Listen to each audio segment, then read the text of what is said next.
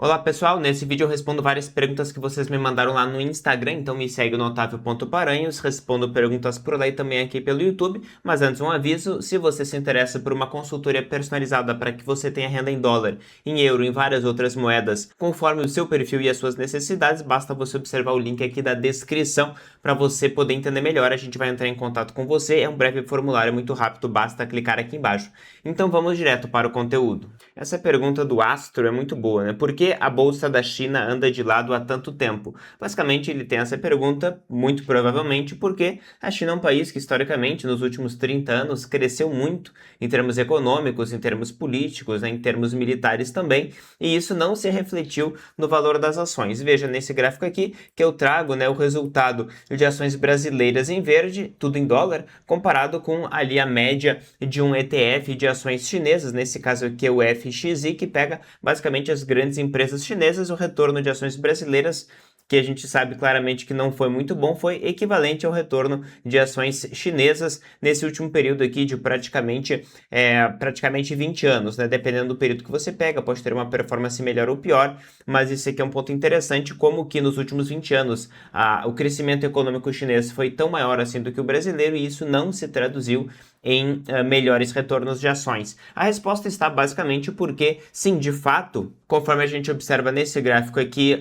é um pouco antigo, mas ele ainda assim é válido, de 1929 a 2008, você observa que, de maneira geral, sim, lucros das empresas são um percentual do PIB de determinado país, então sim, os lucros das empresas até crescem conforme a economia, crescem conforme o PIB dos países. Ocorre que apenas as empresas terem maior resultado operacional não necessariamente faz com que o que importe para as ações também cresça, que é o lucro por ação. Por quê? Imagina que você é uma padaria que você quer aumentar de tamanho, você quer vender mais. Você pode se endividar, reduzindo a sua lucratividade para aumentar a receita, aumentar eventualmente até o próprio resultado operacional. Mas por ações, para cada ação, eventualmente você pode até ter uma redução. Você pode ter que diluir os seus acionistas, você pode ter que criar dívida, aumentar muito ali o endividamento da empresa e, consequentemente, reduzir o lucro por ação, que é o que faz, de fato, o valor das ações crescer, não é verdade? Então, na prática, você pode ter essa questão de diluição e outras questões que, por um crescimento até demasiado, muito grande, pode gerar um retorno ruim das ações. E tem vários estudos que mostram isso, até um aqui da Northern Trust, que é uma gestora americana, é um estudo de 2016, que ele tem algumas informações interessantes, especialmente esse gráfico aqui, que mostra que de 95 a 2015 não tem relação nenhuma, né, do retorno real que você tem com ações com o crescimento do PIB, né? Então esse aqui é um que é interessante. Um outro que é bem mais famoso é este daqui do professor Jay Ritter, da Universidade da Flórida, de 2012, que ele faz uma análise bem mais antiga. E aqui a gente observa que de 1900 até 2011, ou seja, um período realmente muito grande, a gente observa que os países que tiveram os melhores retornos de ações, né, então especialmente os aqui em cima, ó, Austrália, África do Sul, Estados Unidos e Suécia, tiveram crescimentos do PIB por pessoa não tão grande assim, de 1,6, 1,1, aqui no caso da Suécia, 2,2, né? Então não foi nada muito surpreendente. Inclusive, vários outros países tiveram um crescimento de PIB bem maior. Aqui, por exemplo, a gente pega a Noruega, a gente pega a Irlanda, o Japão, a Espanha, tiveram crescimentos maiores de PIB e retornos de ações muito menores, ali de 3 a 4%, conforme você observa. Então, não tem uma relação direta, né? Até que a correlação na prática é negativa. E aqui, de maneira um pouco mais recente, de 1970 até agora, a gente observa aqui o crescimento do PIB, né, por pessoa de maneira geral. Até eu peguei um exemplo bem diferente aqui, ó, de Singapura e África do Sul. Singapura cresceu 5 pontos percentuais do PIB por pessoa por ano, né, enquanto que a África do Sul não cresceu nada e o retorno das ações foi ambos muito bom ali, de 6,5%. Então veja que a diferença do crescimento de PIB não gerou nenhuma diferença do crescimento das ações. E até países que tiveram os melhores retornos, aqui a gente pega, por exemplo, a Dinamarca, a Finlândia, por exemplo, aqui tiveram crescimentos do PIB não tão grandes assim, de 1,5%, 2,4%. Até os Estados Unidos, que teve um crescimento próximo a esse, de 1,7%, teve um crescimento das ações bem inferior, né, acima da inflação de praticamente 4,9%. Então, só para vocês mostrarem que não tem essa correlação. Mas apenas um complemento nesse gráfico aqui, quando a gente compara em vermelho as ações chinesas com as ações brasileiras, né? Obviamente depende do tipo de filtro que você faz e da forma de diversificação que você tem, né? Só para exemplificar, se eu pegar um outro fundo, que é um fundo um pouco mais antigo, que ele segue um índice teórico que é do Golden Dragon da MSCI, veja que este fundo aqui ele teve um retorno lá desde 1995, bem superior, né? Bem superior ao retorno aqui deste fundo FXI, um ETF que está em vermelho, porque este fundo aqui em azul, ele tem ações de Taiwan, que é basicamente uma defesa, né, uma defesa da diversificação global. Taiwan, porque em algumas medidas ou não, né, pode ser considerada daquela macro-região chinesa. Então, este fundo azul aqui engloba ações de Hong Kong, ações da China propriamente dita e também ações de Taiwan. E quando a gente pega, né, ali o desempenho das ações de Taiwan, até se eu pegar a TSM, que é a empresa de semicondutores de Taiwan,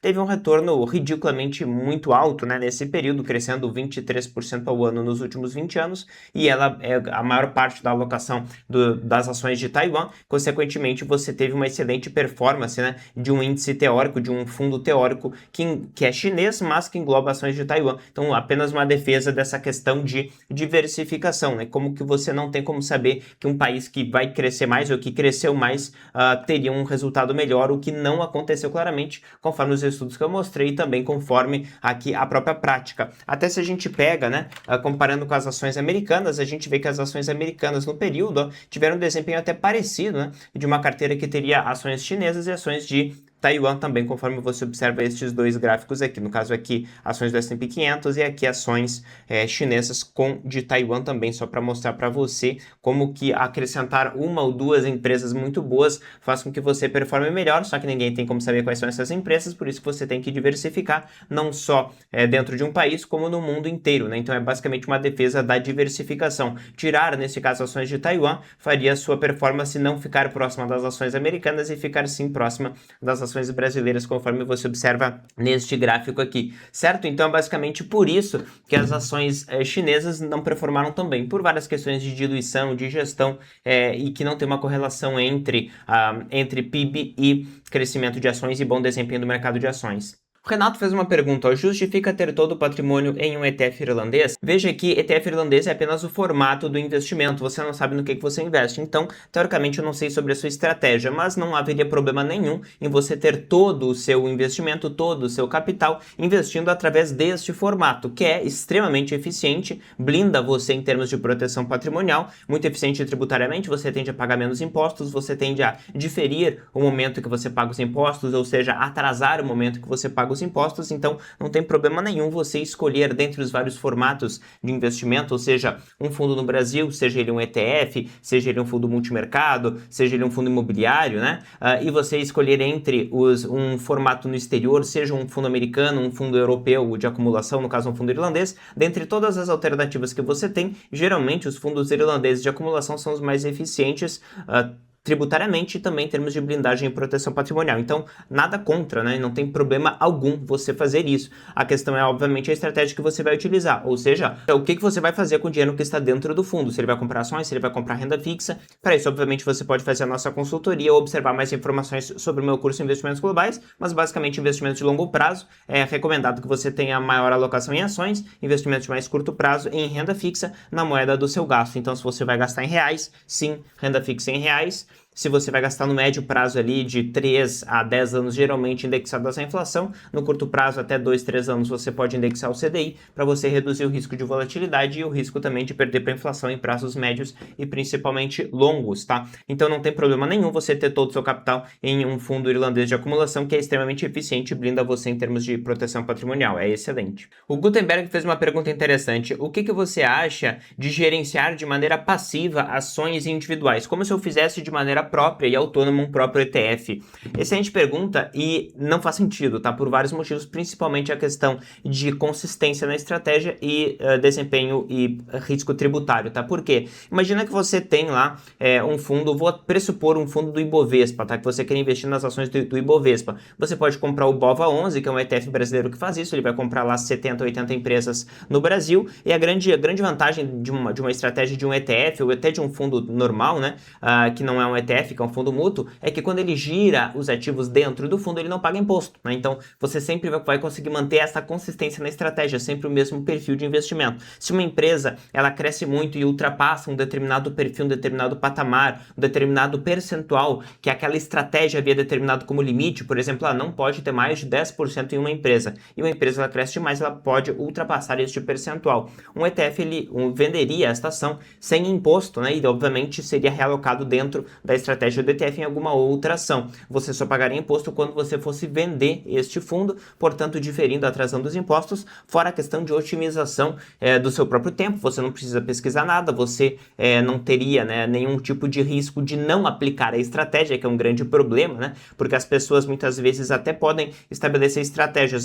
Eu vou ter essa minha regra aqui, que eu só compro empresas que tenham um PL abaixo de 10, que tenham um ROI acima de 11, etc, etc. Mas muito provavelmente, quando uma empresa deixar de ser boa e começar a performar mal ou não cumprir mais os critérios que você havia determinado, você não vai querer vender por questões de ancoragem, porque ela está no prejuízo, e você vai acabar não aplicando a estratégia que deveria ser implementada. Tem vários estudos que mostram, né, este chamado behavior gap, que é a diferença de performance que você tem em relação aos ativos que você tem propriamente ditos, né? Então, muitas pessoas nos Estados Unidos já foi comprovado que tem uma performance inferior aos próprios fundos em que elas investem. Por quê? Porque elas entram e saem nos momentos errados, porque elas têm esses vieses de ancoragem, vieses de confirmação que vão se aplicando sobre a sua estratégia. Então, primeiro ponto, a questão da inconsistência que você teria se você comprasse as várias ações. Fora o trabalho gigantesco, né? Fora, de fato, você ter uma infraestrutura que seja capaz de fato, selecionar e indicar para você a todo momento se as ações estão dentro ou estão fora dos critérios que você havia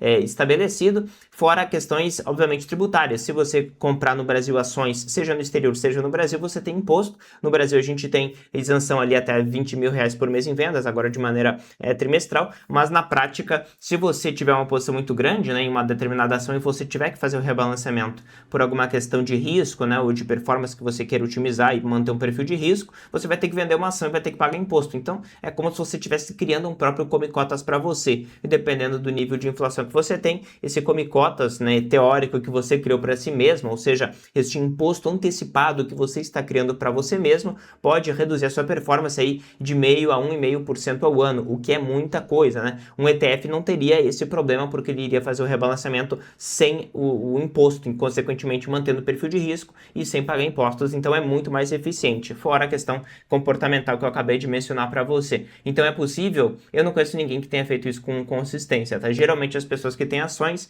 elas têm ações justamente para não respeitar algo muito objetivo, porque se você quiser respeitar regras objetivas, faz infinitamente mais sentido que você invista em um fundo que faz isso por você, ou de maneira próxima àquilo que você quer. E até no Brasil hoje nós já temos vários fundos que são esses fundos que a gente chama de fatores, ou fundos mais quantitativos, fundos que respeitam regras mais objetivas, né? Exemplificando aqui com alguns fundos para você, do Nubank agora nós já temos esses vários fundos mais quantitativos, objetivos, que são esses de ações, né? Que ele chama de Smart e Bovespa.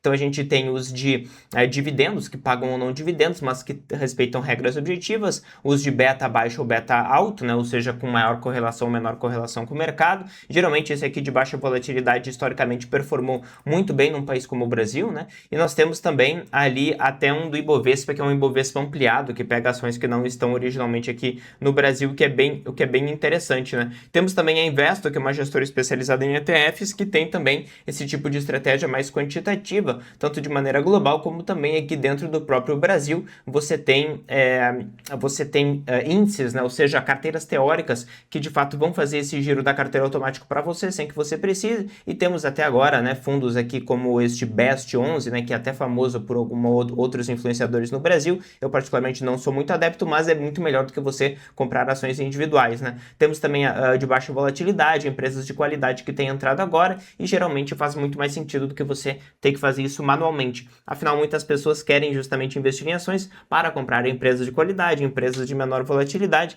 e você acaba conseguindo fazer isso de uma maneira muito mais sistemática, né?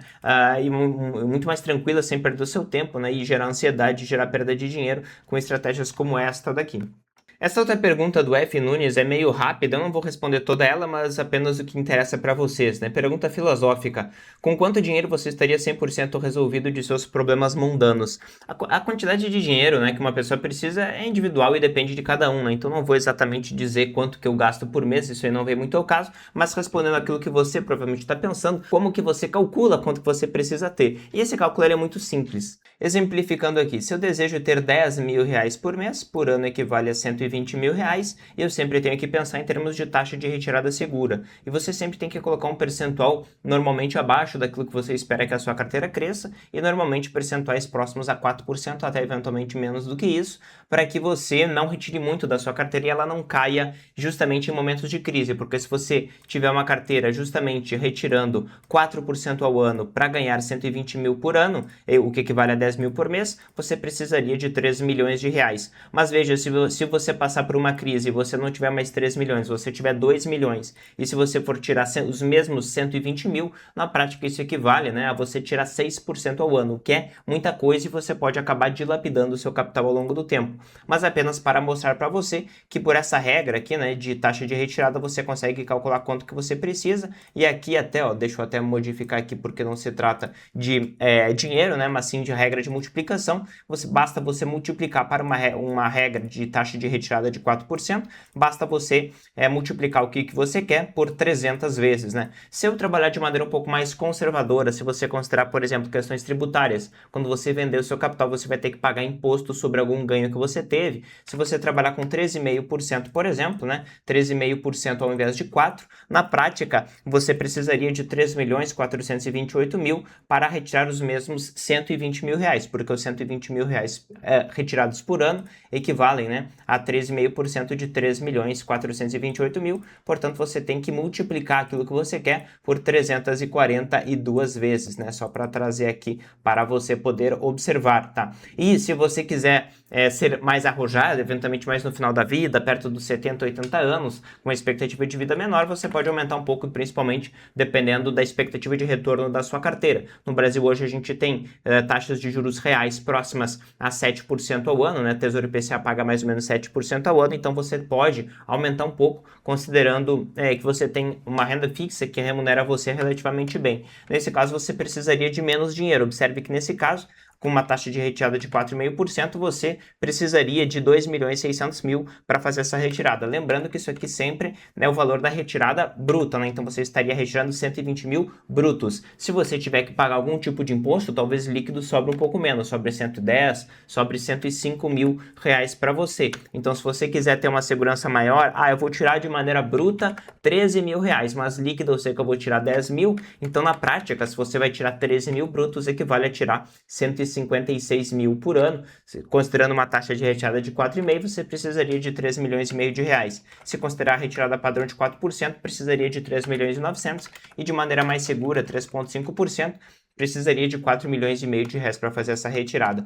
Otávio, mas eu sei que se eu investir em fundos imobiliários com os meus 4 milhões e meio de reais, eu tenho uma renda de 45 mil reais por mês, o que equivale a 1% ao mês. Pois é, mas isso daí não considera a queda histórica que a gente observa em fundos imobiliários com queda do valor das cotas, né, que é muito clássico, e também não considera a inflação, que geralmente está embutida dentro desse rendimento. Justamente se eu pegar uma carteira teórica de fundos imobiliários desde 2011, né, você observa que ela se multiplicou por praticamente 3,5 vezes de maneira nominal em reais, né, então ela teve um ganho ali de 9% ao ano, isso aqui em reais. Só que se a gente desconsidera a inflação, se a gente ajusta pela inflação, a gente tem esta performance aqui, então a gente vê que o retorno hoje é praticamente o mesmo capital que você tinha lá em 2013, né? Então a gente passou por dois grandes períodos de expansão, de 2004 até 2012, depois teve uma queda, depois de 2015 e 2016 até antes da pandemia em 2019 e agora novamente uma estagnação. Então dois grandes ciclos de aumento, né,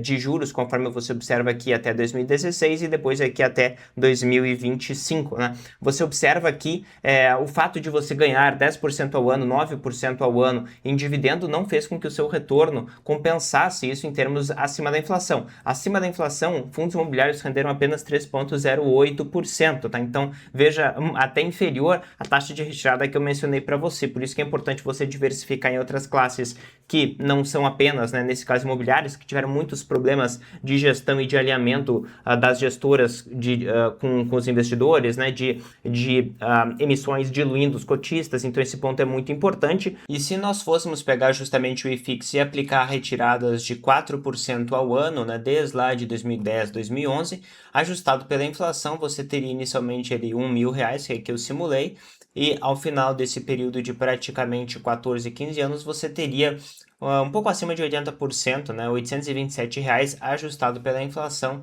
considerando essa taxa de retirada. Ou seja, conseguiu manter de maneira relativamente estável o capital, apesar dos ciclos e apesar, teoricamente, do mau desempenho. Se eu aplicasse uma taxa de retirada de 3,5%, eu já teria, ao invés de 800 e poucos reais, eu teria já 930, que é praticamente o mesmo valor. Se eu retirasse mais, Otávio, eu quero retirar 6% ao ano. Se eu retirasse R$60 dos 1.000 iniciais ao ano, né? Hoje você teria, né, se você tirasse 6% do valor inicial, considerando que você começou com R$1.000, hoje você teria apenas, né, aproximadamente R$470, ou seja, menos da metade do capital original ajustado pela inflação, para você ver como é perigoso fazer esse tipo de retirada. Nesse caso aqui eu simulei somente 6% do valor inicial retirado. E agora simulando essa retirada de 6% ao ano do valor inicial com Tesouro IPCA de curto prazo, você teria uma manutenção maior do capital. Aqui, ao invés de ter apenas R$470, você teria 739, sempre ajustado pela inflação. E se eu pegasse novamente o valor de 4% ao ano, eu conseguiria ter mais capital aqui com Tesouro IPCA, no caso acima daquilo que eu havia investido inicialmente. Eu investi R$1.000 e aqui eu teria R$1.175, uma ciclicidade bem menor ao longo do tempo. Então é essencial que você diversifique globalmente em outras moedas, em outros países, inclusive aqui no Brasil em renda fixa também, eventualmente que seja indexada à inflação, porque se fosse indexada à inflação, com certeza o seu retorno seria maior do que esses 3% aqui. Apenas para mostrar para você que se você investisse em Tesouro IPCA de curto prazo, que através do índice IMAB5, você teria um retorno quase o dobro do que em fundos imobiliários, né? Então nesse mesmo período de 2011 até agora, você teria de fato dobrado seu capital acima da inflação, com uma rentabilidade de 4,92% em Tesouro IPCA de curto prazo, muito maior do que os fundos imobiliários, né? Então, não é uma crítica exatamente à classe dos fundos imobiliários, mas a vários, né, vários fundos que não performaram bem por questões de conflito de interesse, por questões de má administração, má gestão, que pioraram ali a performance média dos fundos. E você pode me dizer, Otávio, mas basta não comprar os fundos ruins. Bom, se eu soubesse isso, né, todo mundo seria rico aqui, o que não é verdade, né? Você, eventualmente, que já investiu em fundos imobiliários, você pode me dizer se, eventualmente, você só investiu em fundos bons ou só investiu em fundos que performaram muito acima do Tesouro IPCA, ou se você investiu em fundos que performaram mal, que diluíram os cotistas, que tiveram conflitos de interesse. Muito provavelmente, se você tem uma diversificação minimamente razoável, você vai ter também investido nesse tipo de fundo que muitas vezes não foi o mais adequado. E não tem como saber de maneira antecipada, né? É extremamente difícil ter esse tipo de atuação no mercado. Juntando duas perguntas aqui, a Paula perguntou, acha mesmo que o dólar pode se desvalorizar muito? Por que tanta gente comprando ouro agora? Unificando com uma outra pergunta aqui, o que esperar do dólar em 2026 e o ouro, né? Basicamente essa pergunta sobre macroeconomia, moedas, ouro, né? É muito difícil de prever, mas o que eu posso dizer para você é que existe a previsão de o dólar se desvalorizar frente a outras moedas, principalmente a outras moedas fortes, por uma questão estrutural de vontade da própria política americana, né? Agora com o presidente Trump, de tornar a economia americana mais competitiva, a indústria americana mais competitiva, porque a gente sabe que o dólar está relativamente forte em relação a outras moedas, o que faz com que a economia americana perca competitividade, né, nas exportações do exterior, e tem essa busca desenfreada aí pelo governo americano em reduzir o déficit comercial. E isso, em grande medida, pode ser atingido, pelo menos parcialmente, quando você melhora ali a relação entre as moedas e, obviamente, torna o dólar mais fraco e, portanto, torna tudo que é do exterior mais caro para os americanos, né? Então, é uma vontade política, então isso é mais um motivo para acontecer, além agora de, eventualmente, uma mudança da direção do Banco Central Americano, do Fed, com uma tendência de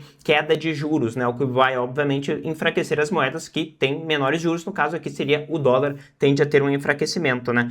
Se você está perguntando em relação ao real especificamente, depende muito mais de uma dinâmica interna brasileira e também de uma dinâmica de mercados emergentes do que do dólar em si, né. Quando a gente observa as mudanças de cotações do dólar em relação ao euro, pode até subir ou cair, mas essas dinâmicas são muito inferiores, né, em termos de graduação em relação àquelas que a gente observa com o real. O real sobe, cai de uma maneira muito mais drástica do que o dólar propriamente dito. Então, uma preocupação do dólar enfraquecer não é algo que eu julgo relevante. Além disso, caso o dólar de fato caia frente a outras moedas, possa valer menos euros, menos libras, por exemplo, né, a gente sabe que isso não tem uma relação direta com o desempenho das ações, né. Você pode perfeitamente continuar investindo em ações americanas que justamente por uma queda eventual de juros, né, uma estabilização, um crescimento até econômico, podem performar muito bem mesmo com uma moeda mais fraca. Não tem uma relação entre bom desempenho de ações e enfraquecimento ou não de moedas, tá? Então, só para deixar isso daí muito claro, que é mais um argumento para você diversificar. E também, né, essa questão de enfraquecimento das moedas,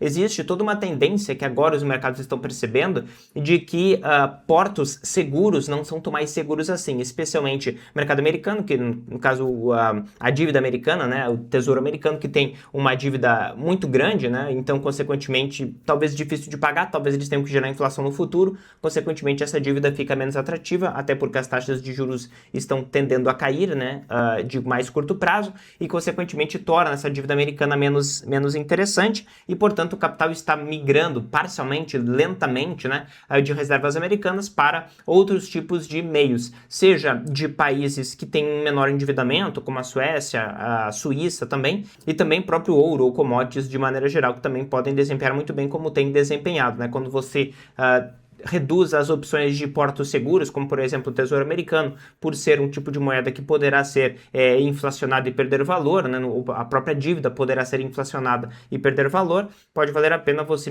migrar para outras moedas que tendem a ser mais resilientes pelo fato de seus países não precisarem criar a inflação para pagar a dívida, no caso a Suíça e a Suécia e outros países também, ou também as próprias commodities que eu mencionei, como ouro e prata, que têm desempenhado muito bem. Então, mais uma pergunta um pouco mais geral, mas de qualquer maneira, não acho que isso aí deva impactar a sua estratégia, a sua carteira e a sua aplicação da sua estratégia nem em 2026 e nem posteriormente também. E o Luzi Luciano fez uma pergunta: posso dar a saída fiscal do Brasil, realizar o lucro e voltar? Ou seja, ele tem um capital que ele tem muito lucro acumulado, muito ganho de capital que ele não vendeu ainda, mas os ativos se valorizaram. Ele pergunta se ele pode se mudar para um outro país, alegar que ele não é mais residente brasileiro, então não teria que pagar imposto de ganho de capital aqui, e aí pagar neste outro país, que eventualmente pode ser zero, né? Como por exemplo Uruguai, Paraguai, e depois, tendo realizado este lucro, ou seja, ele não tem mais lucros acumulados, né? Portanto, tendo apenas o capital nominal dele, se ele pode voltar para o Brasil. Teoricamente, sim, né? Só que se você fizer isso sem, de fato, comprovar, se a Receita for questionar você, se você não conseguir comprovar que, de fato, você mudou o seu centro de vida, o seu centro vital, os seus interesses, eventualmente a sua família, né? As relações que você tem para o outro país, pode ser considerado como uma mera manobra de evasão fiscal, e você pode ser autuado e ter que pagar imposto de qualquer maneira, mesmo que você tenha dado ali a sua saída fiscal. Senão seria muito fácil, né? Você daria uma saída fiscal, iria para outro lado da fronteira, venderia e voltaria para o Brasil. Seria muito fácil. Então, para que isso não aconteça, né, a Receita normalmente ela analisa a circunstância como um todo. Você dar a saída fiscal é um dos indicativos que indica que você, de fato, não é mais residente fiscal daquele país, mas isso aí pode ser revertido pela Receita, caso ela entenda que você permaneceu com relações com o Brasil, voltando para o Brasil, com residência no Brasil, com filhos no Brasil, com relações comerciais no Brasil. Então, você pode ainda assim ser considerado um residente fiscal brasileiro. Então, essa questão de residência fiscal, muitas pessoas perguntam: Otávio, eu posso sair, fazer essa estratégia e tal? Eu alego que é muito mais importante você, de fato, pensar onde que você quer morar, onde que você quer ter os seus interesses, os seus relacionamentos, a sua base econômica, né? Isso é muito mais importante do que você apenas preencher um formulário e alegar que você saiu do país, né? Então, isso é muito mais importante e tem impactos muito maiores na sua vida do que apenas questões tributárias. Eventualmente, você se mudar para o Uruguai, pode ser muito mais caro você trabalhar com toda a questão imobiliária, que você tem que encontrar um novo imóvel para ficar, etc., do que eventualmente você pagar o imposto. Então, leve isso em consideração, tá? Leve isso em consideração. Então eu recomendo muita cautela nessas estratégias de evasão fiscal, certo? Então, tome cuidado com isso. Se você gostou desse conteúdo, você vai gostar muito mais da nossa consultoria, do nosso serviço de gestão. Para você obter mais informações, basta você clicar aqui no link da descrição, tem um formulário, você preenche, a gente entra em contato com você para analisar a sua situação e nós fazermos recomendações diretas, se vale ou não vale a pena você manter ou mudar toda a carteira que você tem hoje e no futuro também. Então, se você se interessa por isso, quer entender melhor o que a gente faz, basta acessar o link aqui da descrição. Se você gostou, se inscreve no canal e ativa as notificações para não perder nada que eu coloco aqui. Valeu!